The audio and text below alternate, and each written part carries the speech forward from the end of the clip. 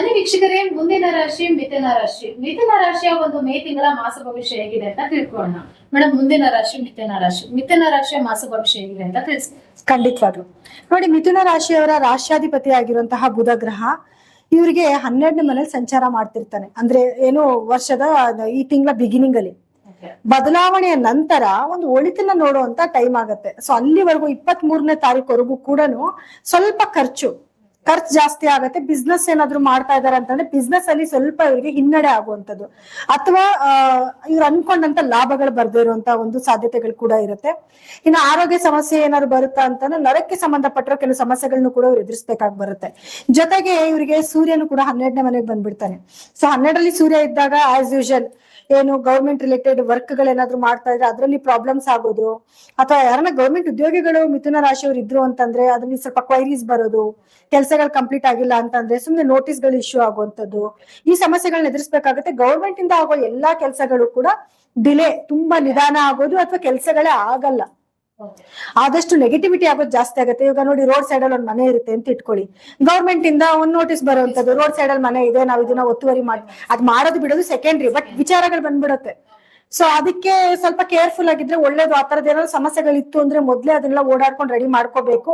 But ಇವಾಗ ಸೂರ್ಯ 12ಕ್ಕೆ already ಬಂದ್ಬಿಟ್ಟಿದ್ದಾನೆ. ಇವ್ರು ಇನ್ನು ಜಾಸ್ತಿ ಸಮಯಗಳಿಲ್ಲ. ಜಾಸ್ತಿ ಈ ತರದ್ದು ರೊಚ್ಚಾಗುವಂತ ಕೆಲಸಗಳನ್ನ ಮಾಡಕ್ ಹೋಗ್ಬಾರ್ದು. ಕೆಲವ್ರಿಗೆ ಏನಾಗುತ್ತೆ, ಏನಾದ್ರೂ ಒಂದು ಯಾರ ಮೇಲಾದ್ರೂ ಕೆಣಕಿ ಏನಾದ್ರು ಮಾತಾಡ್ಬಿಟ್ಟಿರ್ತಾರೆ, ಕೋರ್ಟ್ ಕೇಸ್ಗಳಾಗುವಂಥದ್ದು, ಅದು ಎಲ್ಲ ಗೌರ್ಮೆಂಟ್ ಗೆ ಸಂಬಂಧಪಟ್ಟಿರುವಂತದ್ದು. ಅವ್ರು ಕೋರ್ಟ್ ಅಲ್ಲಿ ಕೇಸ್ ಹಾಕ್ಬಿಡೋದು, ಕೋರ್ಟ್ ಮೆಟ್ಲು ಓಡಾಡ್ಬೇಕಾದ ಸಂದರ್ಭ ಕೂಡ ಬರಬಹುದು. ಸೊ ಹಾಗಾಗಿ ಈ ವಿಚಾರದಲ್ಲಿ ಯಾರು ಏನಾದ್ರು ಅನ್ಕೊಳ್ಳಿ, ಏನಾದ್ರು ಮಾಡ್ಕೊಳ್ಳಿ, ತಲೆ ಕೆಡ್ಸ್ಕೊಳ್ದಿರ ಆರಾಮಾಗಿದ್ರೆ ಯಾವ ನೆಗೆಟಿವಿಟಿನೂ ಬರೋದಿಲ್ಲ. ಸೊ ಅದಕ್ಕಾಗಿ 12ರಲ್ಲಿ ಇದ್ದಾನೆ, ಏನಾಗುತ್ತೋ ಎತ್ತಾಗುತ್ತೋ ಆ ಕೊರಗ್ತಾನೆ ಅರ್ಧ ಜೀವನ ಕಳಿಬೇಕಾಗುತ್ತೆ. ಸೊ ಆ ರೀತಿ ಏನು ಕೊರಗುವಂತದ್ ಬೇಡ. ಕೆಲವು ರೆಮಿಡೀಸ್ ಹೇಳ್ಕೊಡ್ತೀನಿ, ಅದನ್ನ ಮಾಡ್ಕೊಂಡ್ರೆ ಸಾಕು. ಇನ್ನು 11ರಲ್ಲಿ ಕುಜನ ಸಂಚಾರ ಇದೆ, 10ರಲ್ಲಿ ಶನಿಯ ಸಂಚಾರ ಕೂಡ ಇದೆ. ಕುಜ 11ರಲ್ಲಿ ಇರೋವರೆಗೂ ಕೂಡ ಇವ್ರಿಗೆ, ಮತ್ತೆ ಕುಜನು 12ಕ್ಕೆ ಬರ್ತಾನೆ, ಆಯ್ತಾ, 11ನೇ ತಾರೀಕು ನಂತರ ಬರ್ತಾನೆ. ಕುಜ ಇವ್ರಿಗೆ 11ರಲ್ಲಿ ಇರೋ ತನಕನು ಭೂಮಿಯಿಂದ ಲಾಭ ಬರುವಂತದ್ದು, ಮತ್ತೆ ಇವ್ರಿಗೆ ಎಲ್ಲಾ ಕೆಲಸದಲ್ಲೂ ಯಶಸ್ಸು ಸಿಗುವಂತದ್ದು ಎಲ್ಲ ಕೂಡ ಆಗ್ತಾ ಇರುತ್ತೆ. ಅದೇ ಕುಜನು ಮತ್ತೆ 12ಕ್ಕೆ ಬಂದಾಗ ಏನಾಗತ್ತೆ, ಅಗೇನ್ ಭೂಮಿಯಿಂದ ಪ್ರಾಬ್ಲಮ್ಸ್ ಆಗುವಂತದ್ದು, ಏನಾದ್ರು ಆಕ್ಸಿಡೆಂಟ್ ಗಳಾಗುವಂತದ್ದು, ಈ ರೀತಿ ಕೆಲವು ಸಮಸ್ಯೆಗಳನ್ನು ಕೂಡ ಎದುರಿಸಬೇಕಾಗಿ ಬರುತ್ತೆ. ಆಲ್ರೆಡಿ ಗುರು ಲಗ್ನದಲ್ಲಿದ್ದಾನೆ, ಜನ್ಮ ಗುರು ನರೋದುಕ್ಕಂ ಅಂತ ಗುರು ಕೂತಿರೋ ಜಾಗದಲ್ಲಿ ಅಂತ ಒಳ್ಳೆ ಫಲಗಳನ್ನ ಕೊಡೋದಿಲ್ಲ. ಹಾಗಂತ ತುಂಬಾ ಕೆಟ್ಟದನ್ನು ಕೂಡ ಗುರು ಯಾವತ್ತೂ ಮಾಡಲ್ಲ. ಈಗ ಬೇರೆ ಗ್ರಹಗಳಿಗೆ ಕುಜಿನ ಎಫೆಕ್ಟ್ ಆಗಿರ್ಬೋದು, ಶನಿ ಎಫೆಕ್ಟ್ ಆಗಿರ್ಬೋದು, ಅದನ್ನ ನೋಡಕ್ ಹೋದಾಗ ಗುರು ಎಫೆಕ್ಟ್ ಅಂತ ಬಂದಾಗ ಅವ್ನು ಯಾವ್ದು ಕೆಟ್ಟದನ್ನ ಜಾಸ್ತಿ ಮಾಡೋದಿಲ್ಲ, ಒಳ್ಳೇದನ್ನೇ ಮಾಡ್ತಾನೆ. ಆದ್ರೆ ಏನೋ ಒಂದ್ ಸಣ್ಣ ದುಃಖ, ಇವಾಗ ನೋಡಿ ಆಕ್ಸಿಡೆಂಟ್ ಆಗ್ಬಿಡುತ್ತೆ ಅಂತ ಒಂದ್ ಚಾನ್ಸಸ್ ಇದೆ ಅಂತ ಹೇಳಿದೆ, ಏನೋ ಒಂದ್ ಸ್ವಲ್ಪ ನೋವಾಗುವಂತದ್ದು, ಏನೋ ಒಂಚೂರು ಕೈನಲ್ಲಿ ಒಂಚೂರು ಕುಯ್ಕೊಂಡ್ರು ಕೂಡ ಅದೊಂಚೂರು ಸ್ವಲ್ಪ ಬ್ಲಡ್ ಹೋಗುತ್ತೆ, ಅದೊಂದ್ ಸ್ವಲ್ಪ ಆ ಉರಿನೇ ತಡ್ಕೊಳಕ್ಕೆ ಸುಮಾರು ಹೊತ್ತು ಬೇಕಾಗತ್ತಲ್ವಾ.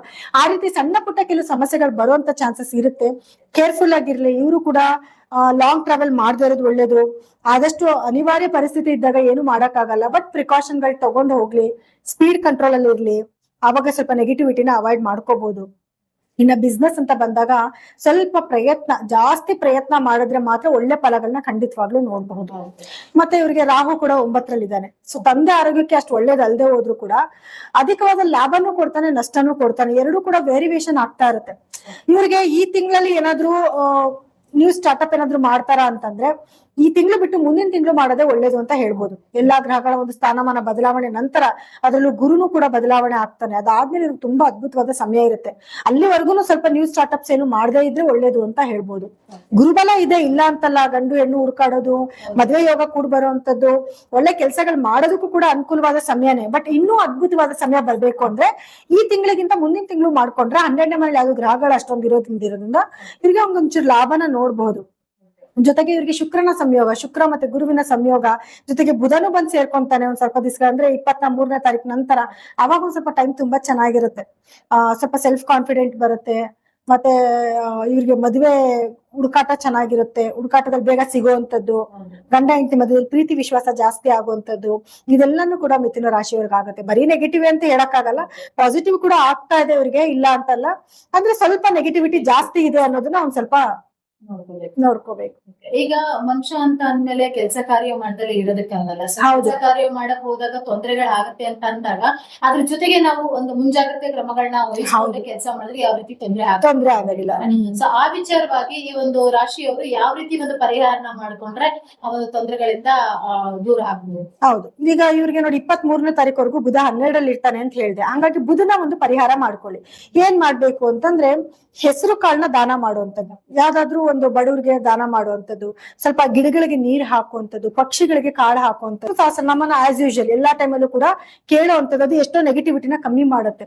ಜೊತೆಗೆ ಇವರು ತಿರುಪತಿ ವೆಂಕಟೇಶ್ವರನ ದೇವಸ್ಥಾನಕ್ಕೆ ಹೋಗಿ ಬರುವಂತದ್ದು, ಜೊತೆಗೆ ತಿರುಪತಿಗೆ ಹೋಗಿ ಬಂದಿದ ತಕ್ಷಣ ಇಮಿಡಿಯೇಟ್ ಆಗಿ ಲಕ್ಷ್ಮೀ ದೇವಸ್ಥಾನಕ್ಕೂ ಕೂಡ ಕೊಲ್ಲಾಪುರ ಮಹಾಲಕ್ಷ್ಮಿ ದೇವಸ್ಥಾನಕ್ಕೂ ಹೋಗಿ ಬಂದ್ರೆ ಇವ್ರಿಗೆ ಏನೆಲ್ಲ ಕಷ್ಟಗಳು ಬರುತ್ತೆ, ಇಂಥ ಪ್ರಾಬ್ಲಮ್ಸ್ ಬರುತ್ತೆ ಅಂತ ಅನ್ನಲ್ವಾ, ಆ ಎಲ್ಲಾ ನೆಗೆಟಿವಿಟಿನೂ ಕೂಡ ಖಂಡಿತವಾಗ್ಲೂ ರೆಡ್ಯೂಸ್ ಆಗುತ್ತೆ. ಬಿಕಾಸ್ ಇವರ ರಾಶ್ಯಾಧಿಪತಿನ ಫಸ್ಟ್ ಇವರು ಚೆನ್ನಾಗಿ ಇಟ್ಕೋಬೇಕು.